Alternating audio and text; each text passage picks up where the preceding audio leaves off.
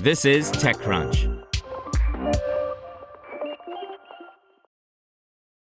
A joint international law enforcement action shut down 2 services accused of providing a botnet of hacked internet-connected devices, including routers, to cybercriminals. U.S. prosecutors also indicted 4 people accused of hacking into the devices and running the botnet.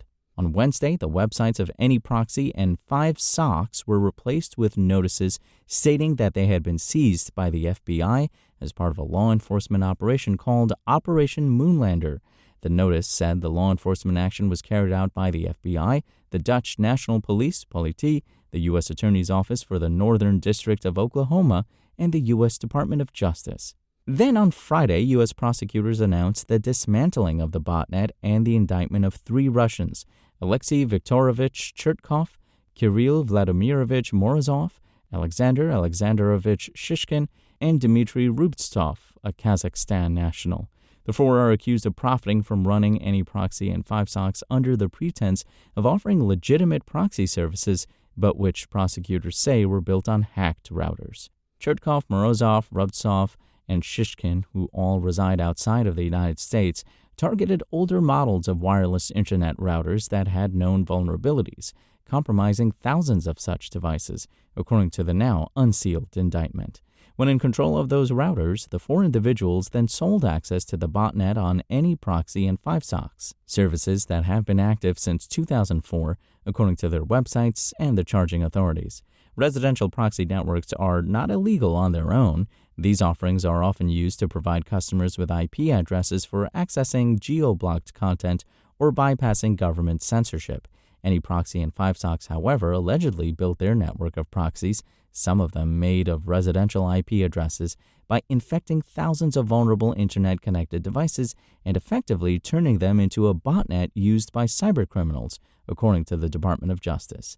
In this way, the botnet subscribers' internet traffic appeared to come from the IP addresses assigned to the compromised devices rather than the IP addresses assigned to the devices that the subscribers were actually using to conduct their online activity, read the indictment.